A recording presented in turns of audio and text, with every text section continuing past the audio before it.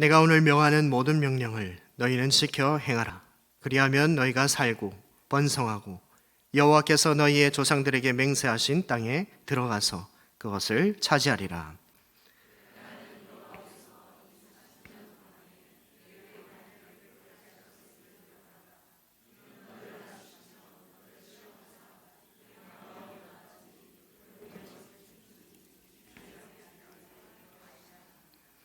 너를 낮추시며 너를 줄이게 하시며 또 너도 알지 못하며 내 조상들도 알지 못하던 만나를 내게 먹이신 것은 사람이 떡으로만 사는 것이 아니요 여호와의 입에서 나오는 모든 말씀으로 사는 줄을 내가 알게 하려 하심이니라.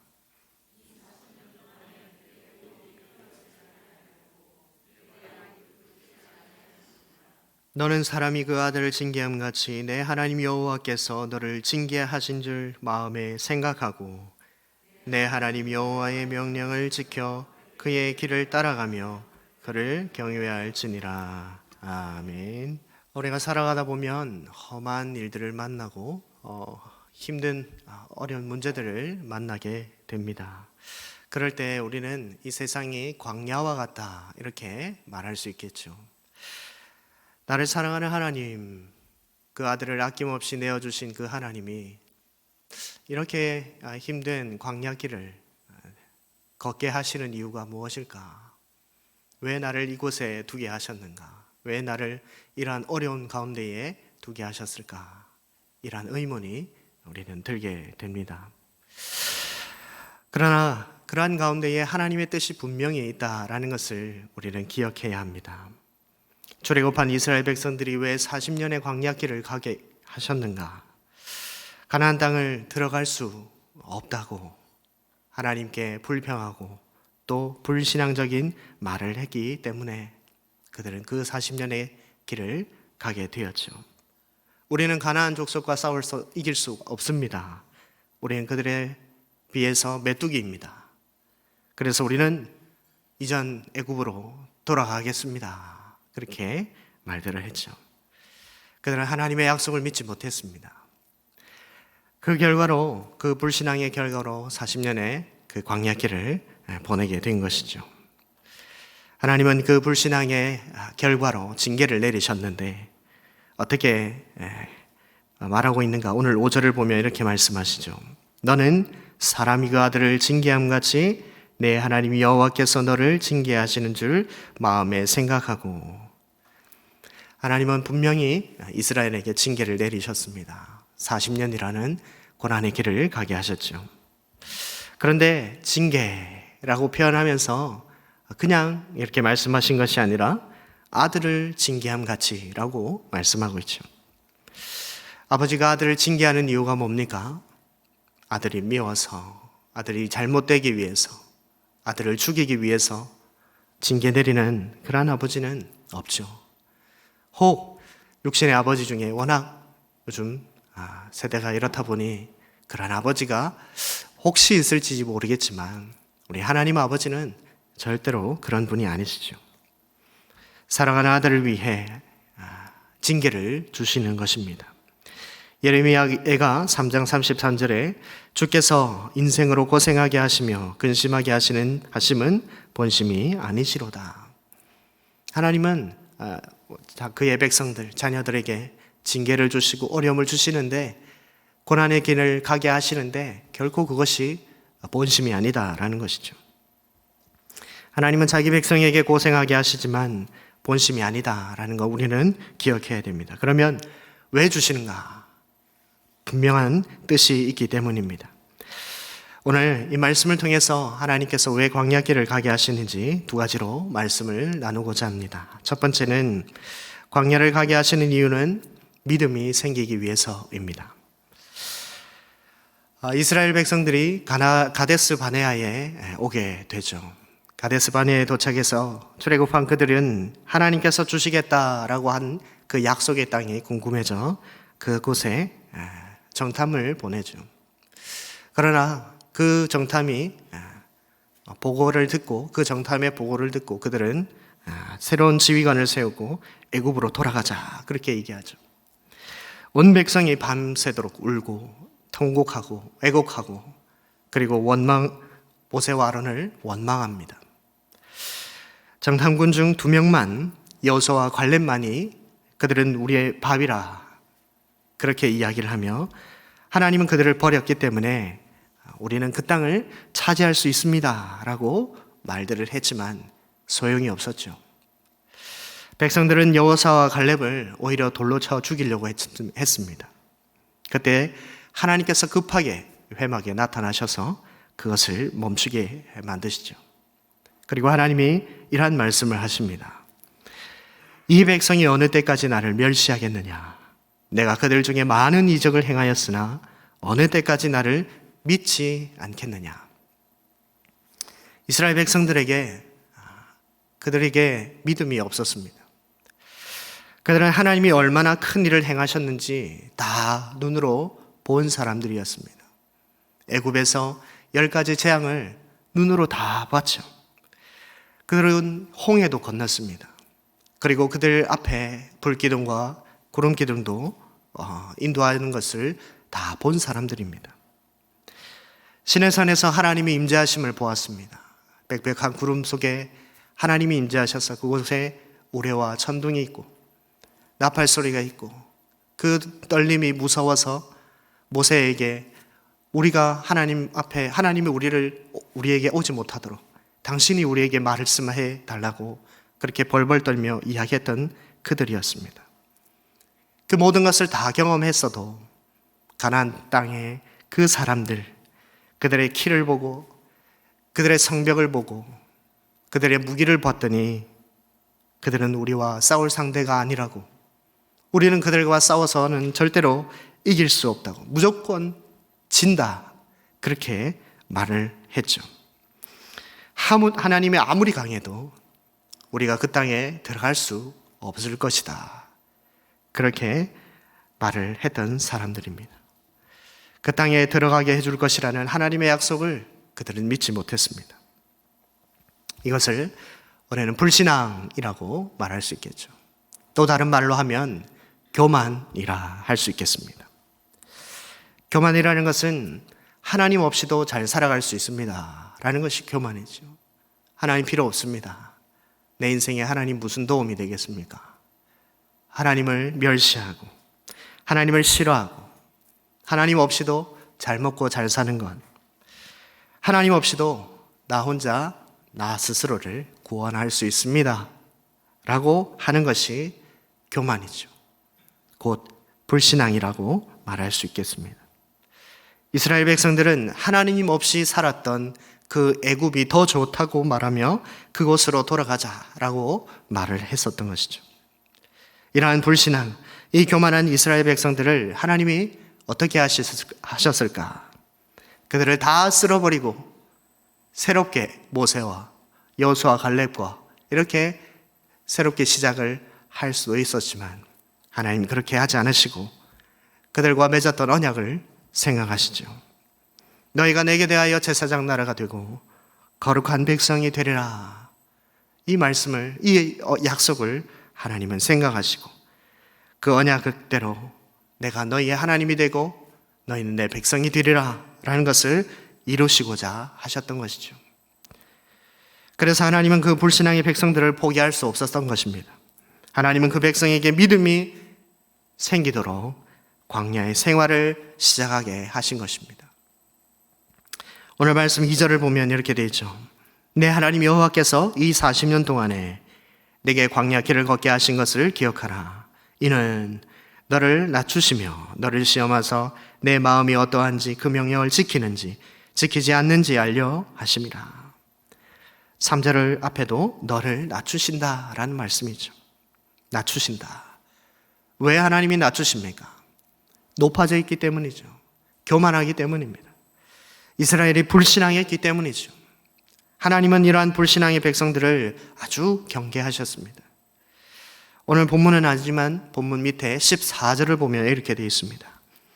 내 마음이 교만하여 내 하나님 여호와를 잊어버릴까 염려하노라. 하나님은 자기 백성들이 교만하여서 하나님을 떠나고 하나님을 잊어버리는 것을 경계하셨습니다. 하나님은 백성들이 교만하여 하나님을 잊어버릴까 봐 걱정하고 그렇게 염려하고 계십니다. 우리가 어떨 때 하나님을 잊게 됩니까? 오늘 말씀에 밑에 그 14절 앞에 12절과 13절을 보시면 이렇게 되어 있습니다. 내가 먹어서 배부르고 아름다운 집을 짓고 거주하게 되며 또 내 소와 양이 번성하며 내 은금이 증식되며 내 소유가 다 풍부하게 될 때에, 쉽게 말해서 먹을 것이 풍족하고 리모델링 된 집에서, 넓은 집에서, 아주 좋은 집에서 살며 좋은 차를 타고 네가 하는 사업이 잘 되고 내 통장에 돈이 차곡차곡 쌓여서 난 부러울 것이 없이 아무 문제가 없을 때, 모든 것이 만사형통할 때 우리는 하나님께 감사하기보다 내가 잘해서 부자가 되었지, 그렇게 말하기 쉽다라는 것입니다. 내가 그때 그 사업을 시작했기 때문에, 내가 그때 그 선택을 했기 때문에, 내가 그때 투자를 잘해서, 내가 그때 땅을 잘 사놔서, 내가 열심히 해서 이렇게 되었노라, 그렇게 말을 한다라는 것이죠. 요즘 TV나 유튜브에 보면 부자 되는 법이라고 해서 많은 사람들이 나와서 이야기들을 합니다. 이렇게 하면 돈을 법니다. 이렇게 하면 돈을 법니다. 결국엔 자기가 잘해서 그렇게 부자가 되었다, 너희들도 나처럼 해라, 그렇게 말들을 하죠. 그런데 부자가 되면 하나님을 향한 갈급함이나 하나님을 더 사랑하기 위한 몸부림이 사라진다라는 것입니다. 모든 것이 다 잘 되는데 새벽에 나와서 울며 부르짖는 사람 본 적이 없습니다. 금요기도에 나오는 사람 제가 본 적이 없습니다. 울며 기도하고 통곡하는 사람들은 뭔가 다 아픔이 있고 슬픔이 있고 기도 제목이 있어서 그렇게 하는 것이죠. 더 돈을 모으기 위해서, 내 사업이 더 잘 되기 위해서, 더 큰 돈을 벌기 위해서 새벽에 기도하러 나오는 것이 아니라 새벽에 일하러 나가죠. 주일에 예배 드리기보다 주일에 사업상 만날 사람들을 만나러 가죠. 교회 나와 애통하는 사람들, 통곡하며 부르짖는 사람은 분명히 큰 문제를 가진 사람입니다. 하나님이 모든 것이 다 형통하게 되면 교만하게 될 것을 너무 잘 아시기 때문에 이렇게 경계하고 계신 것이죠. 이스라엘 백성들이 가나안 땅에 어떻게 들어가서 어떻게 되었습니까? 그들은 하나님을 떠나고 우상을 섬기고 결국엔 불신앙하며 교만하게 되어 하나님을 잊어버리죠. 그것이 사사기의 내용 아닙니까? 그렇다면 지금은 왜 광야 생활을 하고 있는 것인가? 그들은 지금 광야에서 너무 고생하고 있는데 만사형통과는 거리가 멀지 않습니까? 그런데 왜 교만하게 되었는가? 하나님을 향한 믿음, 하나님께서 약속을 이루실 것이라는 믿음이 없었기 때문입니다. 여러분, 우리는 믿음이 있어야 구원을 받는다라고 말을 합니다. 다 인정하고 그렇게 고백을 하죠. 천국은 믿음으로 갑니다라고 얘기합니다. 그런데 믿음이 무엇입니까? 무엇을 믿는 겁니까? 당연히 하나님 믿죠. 예수님 믿죠. 하나님이 계신 걸 믿습니까? 예수님이 계신 걸 믿는 겁니까? 그런 귀신들도 다 안다고 합니다. 믿음을 얘기할 때는 그 믿음을 말하는 것이 아닙니다. 믿음이라고 할 때는 하나님께서 약속하신 것을 하나님이 이루신다라는 그것을 믿는 것을 믿음이라 합니다. 약속이 하나님께서 우리에게 주시겠다 하신 것을 하나님이 우리에게 주신다라는 믿음인 것이죠. 상황은 가나안 족속이 거대한 성벽을 쌓고 있고 엄청난 무기를 들고 있고 큰 키와 덩치와 그렇게 무시무시한 것으로 무장한 그 대적들이 있지만 하나님이 그 땅을 주시겠다라고 하셨으니 우리는 믿음으로 나아가겠습니다. 그럴 때 믿음이 필요한 것이죠. 하나님이 주시겠다 약속하셨으니 하나님이 하실 것을 믿고 나아가는 것입니다. 그럴 때에 우리는 믿음이 필요한 것입니다. 그때 말하는 것이 믿음이죠. 이스라엘에게 믿음이 없었습니다. 그 말은 하나님이 가나안 땅을 주시겠다라고 약속을 하셨는데 그 약속을 못 믿겠다라는 것이죠. 믿음이 없었던 이스라엘에게 하나님 믿음을 주시기 위해서 그 교만한 자들을 낮추시기 위해 40년의 광야 생활을 선택하셔서 그들로 거기로 인도하신 것입니다. 사실 징계이지만 그것은 하나님의 사랑이며 그들을 구원하고자 하는 하나님의 방법이었던 것입니다. 믿음이 없이는 구원을 받을 수가 없기 때문이죠. 자신들은 할 수 없지만 하나님이 반드시 약속을 이루실 것이다. 하나님은 하나님이 하신 약속을 이루시는 분이시다. 하나님이 하신다라는 믿음을 가지도록 하기 위해 광야 학교에 입학시키신 것입니다. 사랑하는 성도 여러분, 혹시 우리 모두민족교회 성도들 중에 교만한 분들이 혹시 있으십니까? 다른 사람 보를 것 없이 우리 자기 자신에게 물어보십시오. 나는 교만한가? 나는 하나님을 과연 믿고 있는가? 하나님의 약속을 믿고 있는가? 만약 그런 분이 계실지 모르겠습니다. 하나님은 우리 인간이 교만한 것을 너무나 잘 알고 계십니다. 너무 잘 믿지 못한다는 것도 잘 알고 계십니다. 그래서 우리의 삶에 고난이라는 훈련 코스를 삶의 곳곳에 배치해 놓고 계신 것이죠. 믿음이 떨어지려고 할 때 그 훈련의 코스에 들어가게 하셔서 광야 학교에 입학하게 하셔서 믿음이 자라나도록, 그렇게 믿음이 더 단단해지도록 하나님은 만들고 계시다라는 것입니다. 나는 할 수 없구나. 나는 아무것도 아니구나. 하나님이 하셨구나. 라는 고백이 나오도록 하나님이 역사하신다라는 것입니다. 여러분의 삶에 광야와 같은 고난이 찾아올 때에 하나님이 나의 교만을 꺾으시고 나를 낮추셔서 믿음이 자라나게 하시려고 그렇게 하는구나 라고 생각하시기를 바랍니다. 이 고난을 통해서 하나님을 더 신뢰할 수 있게 되겠구나. 하나님의 약속은 하나님이 이루시는구나 를 깨닫는 날이 빨리 와서 그 고난의 훈련을 졸업하고 믿음으로 승리하는 우리 모든 민족교회 성도님들 되시기를 간절히 바랍니다. 두 번째는 광야로 인도하신 이유는 말씀으로 사는 줄을 알게 하시기 위해서입니다. 3절을 한번 같이 보도록 하겠습니다. 3절입니다.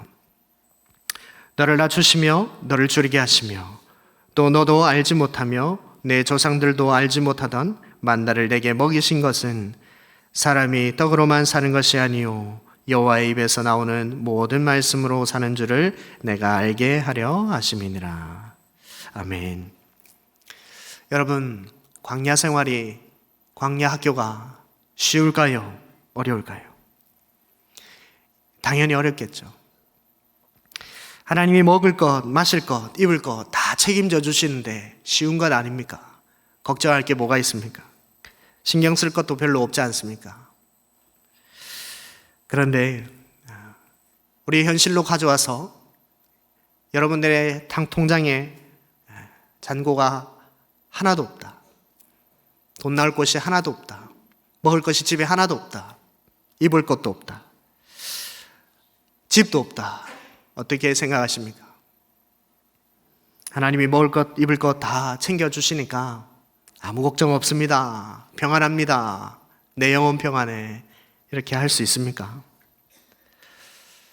광야는 바로 그런 곳입니다. 그들에게 보장된 것 하나도 없죠. 가나안 땅은 약속되어 있지만 당장에 그들에게 있는 것은 아침에 거둔 만나 조금밖에 없는 것이죠. 먹을 것 그것뿐이고 입을 것, 지금 입고 있는 그 옷, 마실 것, 언제 끊어질지 모르는 그 물, 먹을 것이 창고에 어느 정도 쌓여 있어야 되고 마실 물도 저수지처럼 이렇게 저장되어 있어야 되고 입을 것도 몇 벌 준비되어 있어야 안심이 되지 않습니까? 그들에게는 창고도 없고 물도 저장할 저수지도 없습니다. 여벌의 업도 없고 신발 더더욱 없습니다. 하루하루 그렇게 살아가는 것이죠. 어떻게 살아가고 있습니까? 하나님이 매일매일 내려주시는 그 만나를 먹고 살고 있습니다. 내일 물이 나올지 안 나올지 알지도 못하고 그 반석에서 나오는 물을 마시며 살아가고 있죠. 옷이 언제 헤어질지도 모르고 발이 부르터지도 신발도 언제 끊어질지도 모르는 그런 삶을 살고 있습니다. 만약 그들에게 믿음이 충만했다면 광야 생활이 어쩌면 너무 편안한 삶이 될 수도 있겠죠. 하나님이 다 주신다. 직장에 나갈 필요도 없고 스트레스 받을 필요도 없고 먹을 거 먹고 하루 종일 그렇게 산책하고 아침 저녁 드리는 그 예배만 드리면 할 것이 없습니다. 광야에서 할 게 뭐가 있겠습니까? 농사 짓는 것도 아니고 그냥 그렇게 살아가면 되는 것이죠. 다른 곳 이동할 때 텐트 걷고 치고 이런 것밖에 없는 것이죠. 그들에게 믿음이 있었다면 그 광야 길을 걷는 것이 얼마나 행복한 길이 되겠습니까? 그런데 그들에게 믿음이 없었죠. 그래서 그들은 언제나 불평과 불만뿐이었습니다. 광야 생활은 너무너무 힘든 삶이었던 것이죠. 그들에게 믿음이 있든 없든 하나님은 그들에게 매일의 만나를 주셨고 마실 물들을 공급해 주셨습니다. 옷도 헤어지지 않게 하셨고 발이 부르트지도 않게 하셨습니다. 하나님 이 모든 것을 그들에게 다 공급해 주셨습니다. 하나님은 자기의 약속을 이루시기 위해 자기 백성들의 필요를 공급해 주십니다. 아까 앞에서 이스라엘을 고난이라는 훈련 코스에 넣었다라고 말씀드렸습니다. 그 훈련을 어떤 식으로 어떤 것으로 시키고 계시는가? 바로 현실적인 문제로 하나님은 훈련시키신다라는 것입니다. 먹고 마시는 것을 가지고 훈련시킵니다. 의식주죠. 우리는 이것은 인간에게 필요한 절대적인 것이죠. 필수적인 것들입니다. 이것 없으면 죽을 수밖에 없는 것들이죠. 그런데 그것으로 하나님이 훈련을 시키고 계시다라는 것입니다. 여러분, 하나님의 고난은, 하나님이 주시는 이 고난의 훈련은 결코 쉬운 것이 아닙니다. 여러분의 삶에 정말 힘든 순간이 찾아올 때 그것이 목숨 걸린 문제만큼 클 때에 그것은 하나님의 훈련 과정이라는 것을 기억하시기를 바랍니다. 하나님은 시시한 것으로 훈련하지 않습니다. 있어도 되고 없어도 되는 것으로 훈련하시는 것이 아닙니다. 이것 없으면 죽는다. 이것 없으면 나는 끝장이다. 라고 하는 것으로 하나님은 훈련시키십니다. 그래서 고난의 훈련이 결코 쉽지 않다라는 것이죠. 하나님 정말 이러다가 죽습니다. 언제까지 이렇게 고통스럽게 만드실 작정입니까? 절박한 심정으로 하나님께 매달릴 때 나는 하나님 할 수 없습니다. 두 손 두 발 다 들 때에 하나님만이 하실 수 있습니다라고 고백할 때에 그 문제를 하나님께 완전히 맡길 때에 하나님은 역사하실 것입니다. 그때 우리는 무엇을 깨닫게 됩니까? 하나님이 살아계시구나. 하나님이 하시는구나. 하나님이 약속을 이루시는구나. 사람이 떡으로만 사는 것이 아니구나. 바꿔 말하면 사람이 돈으로 살아가는 것이 아니구나. 건강으로 살아가는 것이 아니구나. 내 힘으로 살아가는 것이 아니구나. 라는 것을 깨닫게 되는 것입니다. 우리 모두민족교회 성도님들 중에 돈하고 건강만 있으면 잘 살 수 있다. 그렇게 믿는 분이 혹시 계십니까? 과연 돈과 건강만 있으면 잘 살 수 있을까요? 눈빛을 보니 살 수 있을 것 같은 눈빛인데 아마 그렇게 생각하는 분들이 있으실 것입니다. 정말 돈 있고 건강만 있으면 잘 살 수 있을 것 같습니까? 결코 아닙니다. 인간은 돈과 건강으로만 살아가는 존재가 아니죠. 인간은 하나님의 입에서 나오는 말씀으로 살아가는 줄을 믿으시기를 바랍니다. 3절 말씀에 여호와의 입에서 나오는 모든 말씀이라고 번역되어 있는데 사실은 이 말씀이라는 단어는 원문에 있지 않습니다. 의역을 한 것이죠. 원래는 여호와의 입에서 나오는 모든 것으로 사는 줄을 내가 알게 하려 하심이라. 이렇게 번역하는 것이 맞습니다. 그런데 여호와의 입에서 나오는 것이 무엇이겠습니까? 말씀이죠. 모든 것입니다. 입에서 나오는 모든 것. 말씀 외에 또 다른 것들이 있다라는 것이죠. 여호와의 입에서 무엇이 나오겠습니까? 여러분, 하나님께서 사람을 창조하실 때 그 코에 무엇을 불어넣었다고 하셨습니까? 생기. 여호와 하나님이 땅에 흙으로 사람을 지으시고 생기를 그 코에 불어 넣으시니 사람이 생명이 되었다. 여호와의 입에서 나오는 것이 무엇입니까? 생기입니다. 다른 말로 숨, 호흡, 생명, 이렇게 번역할 수 있는 단어이죠. 저는 이 생명이라고 말씀드리고 싶습니다. 생명. 하나님의 입에서 나오는 것이 생명이다. 그래서 저는 이 말씀과 생명이 동일하고 생각됩니다. 하나님의 입에서 나오는 것은 생명이고 말씀이고 곧 생명의 말씀이다라는 것이죠. 하나님이 인간을 왜 창조하셨습니까? 하나님이 심심해서 만드셨습니까? 아니지요. 자기 형상대로 만드시며 그들과 교제하기를 원하셨던 것입니다. 자기 백성과 교제하기 위해서 하나님이 인간을 창조하셨습니다. 이 교제가 이루어진 상태를 구원이라고 말할 수 있겠죠. 하나님과 교제하는 그 상태를 구원받은 상태라고도 할 수 있겠습니다. 하나님의 뜻이 이루어진 상태, 하나님의 나라가 이루어진 그 상태가 바로 하나님과 교제하는 상태이죠. 인간은 하나님과 교제할 때만 살아있다라고 말할 수 있습니다. 하나님이 만드신 목적을 따라서 하나님과 교제할 때만이 살아있는 것입니다.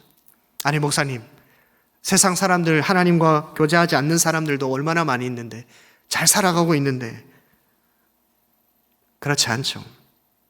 에베소서 2장 1절에 그는 허물과 죄로 죽었던 너희를 살리셨다, 그렇게 말씀하십니다.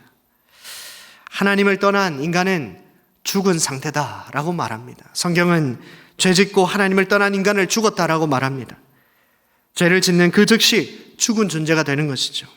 아담이 범죄한 그 즉시 그들은 죽은 것입니다. 선악을 알게 하는 나무의 열매는 먹지 말라. 내가 먹는 날에는 반드시 죽으리라 하시니라.